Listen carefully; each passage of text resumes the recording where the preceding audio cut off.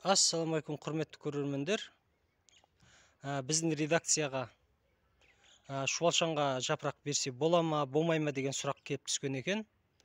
Соның жауабын білетін боламыз. Әрине, шуалшанға жапырақ берсе болады. Біздің жағдайда жаңғақ талының жапырағы, жинап қойдым. Өткенде мына борттың үстіне сабан тастағанмын. Жапырақты қалай беретін деген сұраққа былай қыламыз.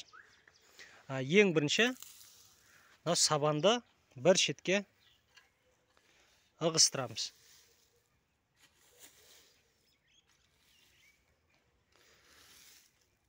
Кішкентай көлемде көрсетейін. Жалпы сабан төсеген соң мына жерде шуалшандар жалпы жоғарға шығып, жақсы неғып жатыр.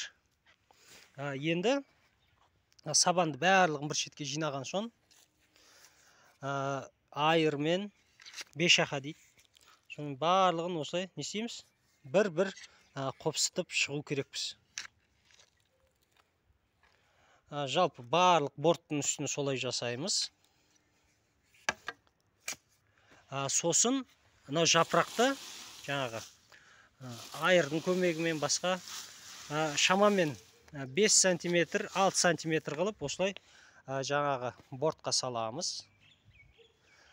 Сосын желге ұшып кетпес үшін үстінен қайтадан сабанды осылай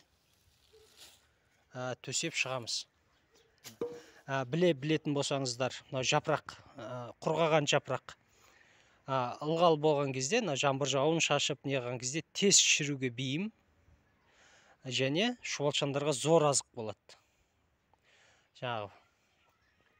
Видео танымалдық мақсатта YouTube арнамызға жүктелді. Баршаға қайырлы кеш болсын. Видео ұнаған болса лайк басыңыздар, комментария жазыңыздар, каналымызға подписка жасаңыздар. Қызықты видеоларды салып отыратын боламыз. Сау саламат болыңыздар.